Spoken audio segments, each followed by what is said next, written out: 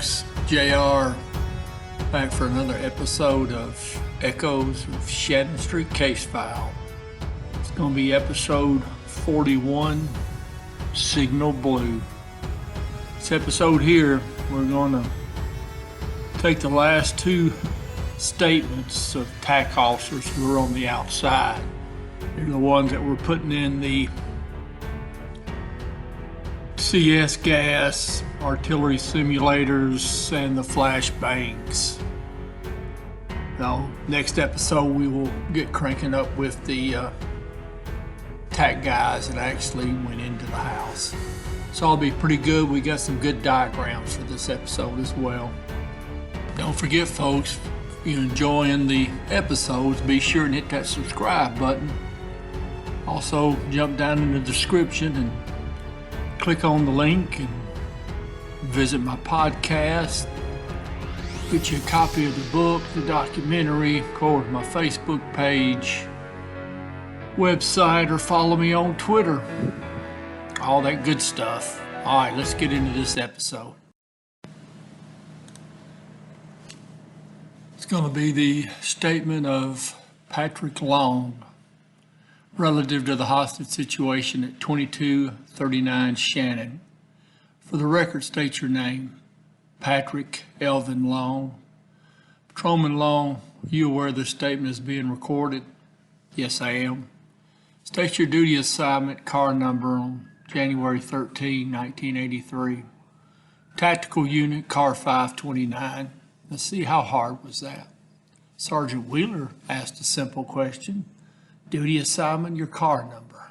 That should be at the beginning of every statement when you're interviewing a police officer.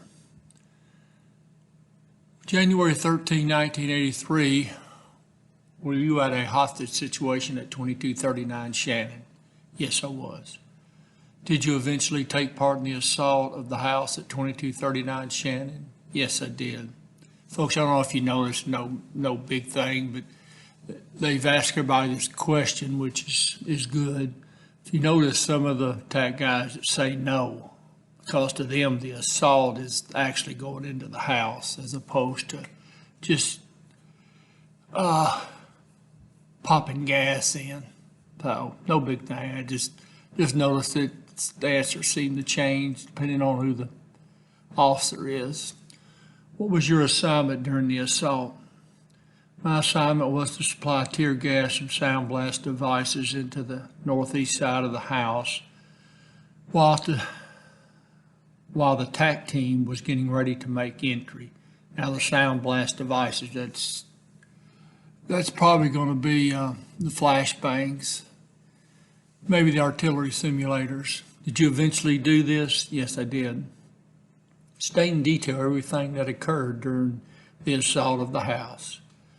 As we were given the signal to proceed, set up on the house, that particular location, mine was the northeast side of the house, should say northeast window.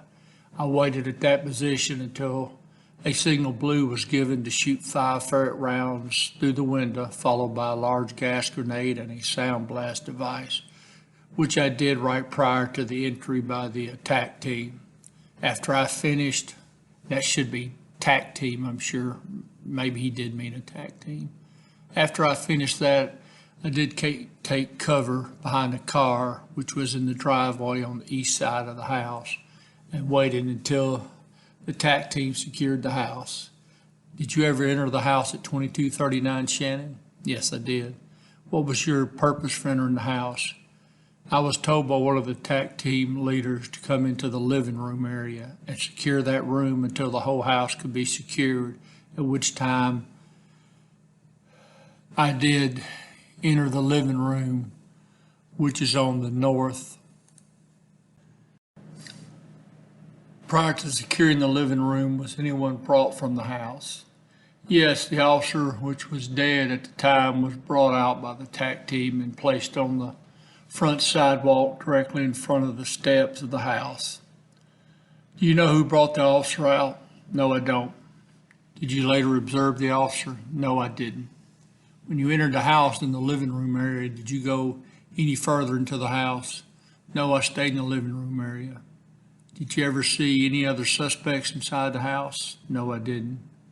What was the condition of the living room that you observed? The living room had a small amount of smoke coming from a cushion off the sofa, which had caught fire by one of the flash sound devices. I did step on the fire and extinguish it as best I could. There were sofas which were scattered around the room and pillows on the floor. One of the cushions or sofa parts were taken out in the front yard, which was on fire to keep the house from catching on fire. At any time during the assault of the house, did you ever fire any of your service weapons that were issued to you? No, I didn't. How many shots could you determine that came from inside the house? It was a large amount, probably between 50 and 75. Could you tell what type weapons were being fired? 38s, M16s have about the same loudness. I think I heard a shot being fired also. And when he says he thinks he heard a shot, I think he's referring to a shotgun is what that answer should have been. Do you know who was firing the weapons? No, I don't. Did you ever see anyone fire a weapon?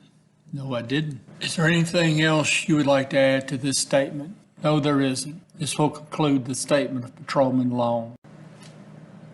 It's going to be the statement of Robert J. Shelton. Relative to the hostage situation at 2239 Shannon. For the record, state your name. Robert J. Shelton. Officer Shelton, are you aware this statement is being recorded? Yes, I am.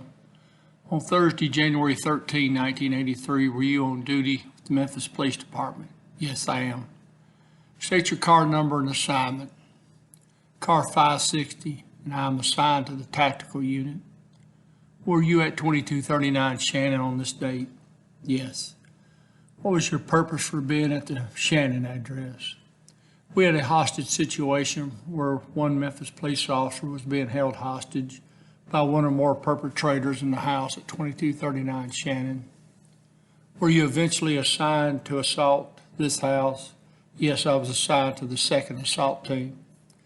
Did you eventually assault the house? No, I didn't. State in detail everything that you did during the assault of the house. I was assigned 3 men. Our assignment as secondary or backup assault team was to lay down non-lethal weaponry, such as tear gas and artillery simulators, into the house as a diversion while the primary assault team went through the door on the initial assault in an attempt to get the officer out of the house and complete the mission. We took up the position. I myself took up the position behind a black Ford van, which is located in the driveway just east of the perpetrator's house, and I was laying down cover, security cover, for my 3 officers or team leaders who were putting the tear gas into the house. At the time, the signal blue was given. Signal blue means gas.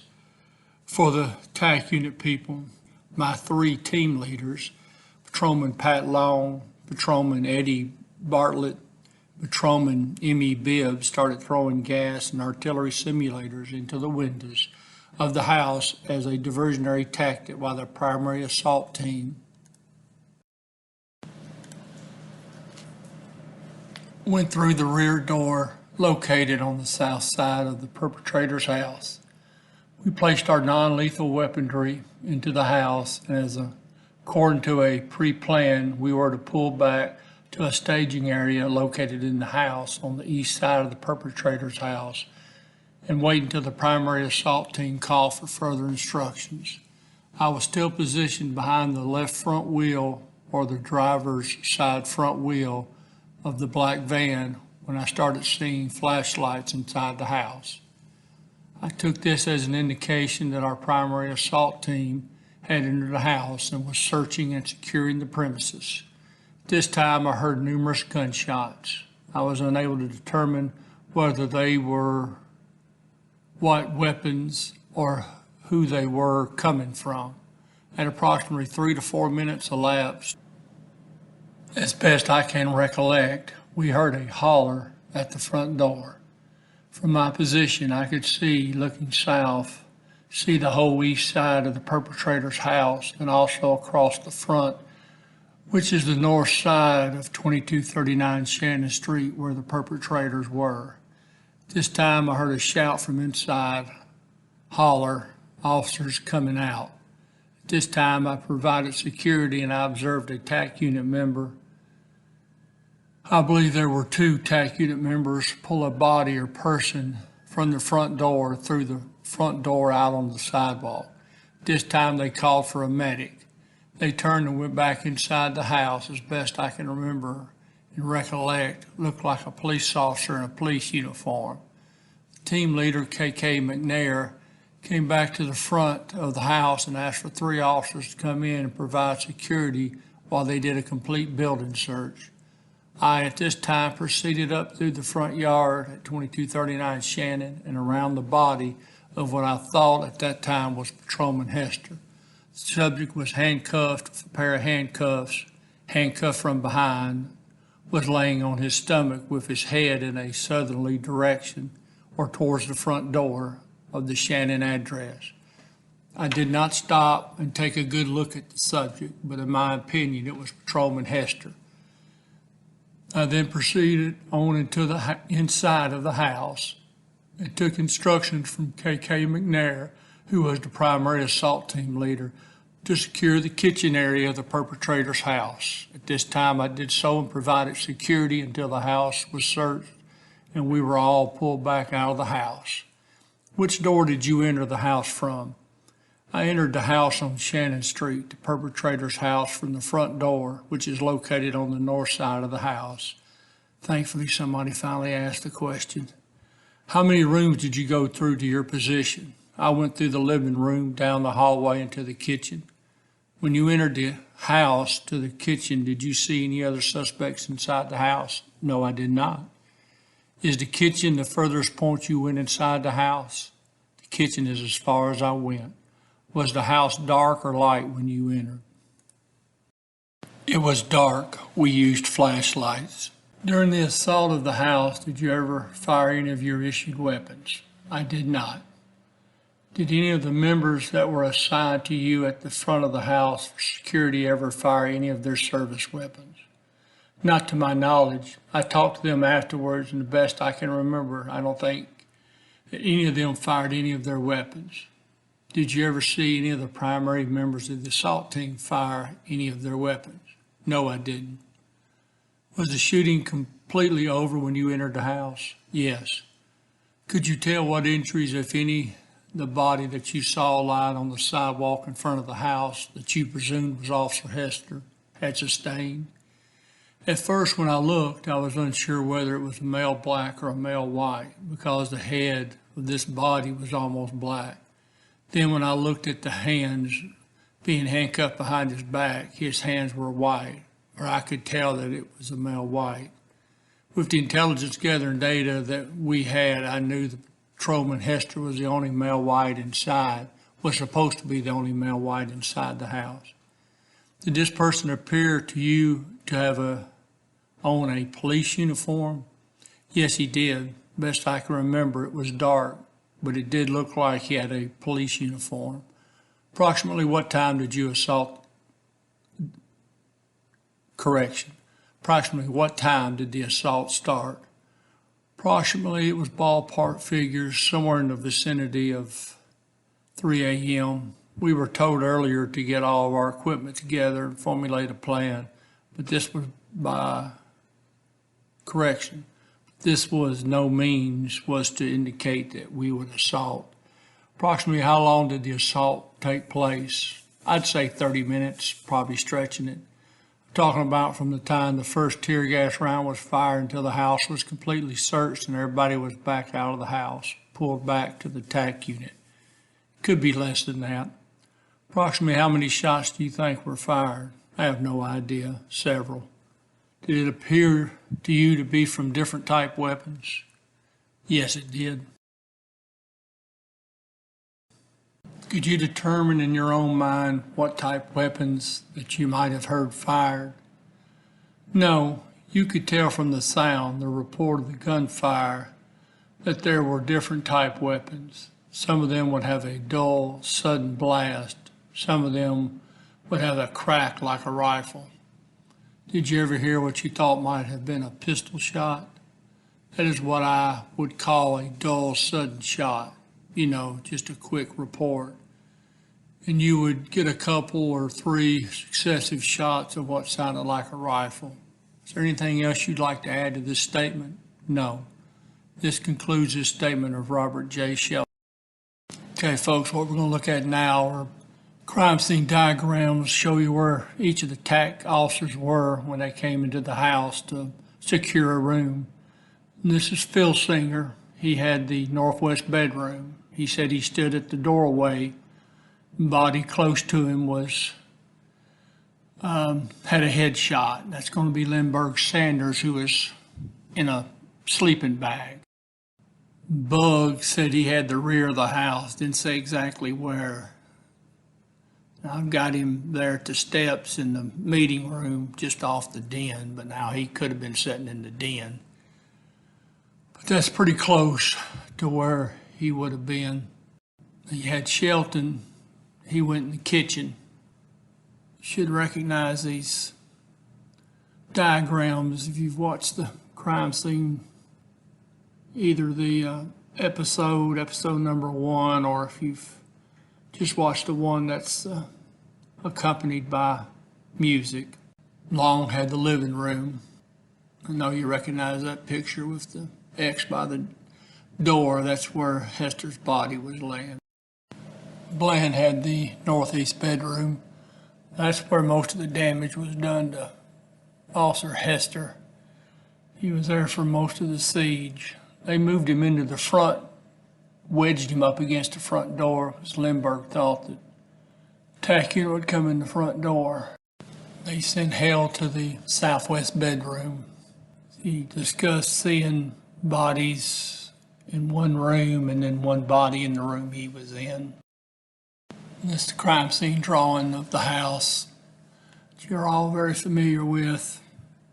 This shows you where the 6 outside tact officers were inside the house. You got Long in the living room, Bland in the northeast bedroom, Phil Singer watching the northwest bedroom, Shelton in the kitchen, Hale's got the southwest bedroom, and Bugs watching the meeting room and the den. Now, if you look at the little red dots, you'll see a letter and a number designation. That's the letter and number designation given by the medical examiner when he first got there, because obviously they don't know who the bodies are. So that's how he identified them. He started with the body on the extreme southern end of the northwest bedroom, called that one A1, and then just went in order. And then, of course, the final one in the southwest bedroom got the final letter and number designation. All right, folks, that's going to wrap up this episode here. Next episode, we will get into the assault team. That's 6 officers, so I don't know if we can get 3 in an episode or not, but 2 or 3 episodes at most will be done with the tact unit statements. So I appreciate y'all tuning in, and as always, I'll see you down the road.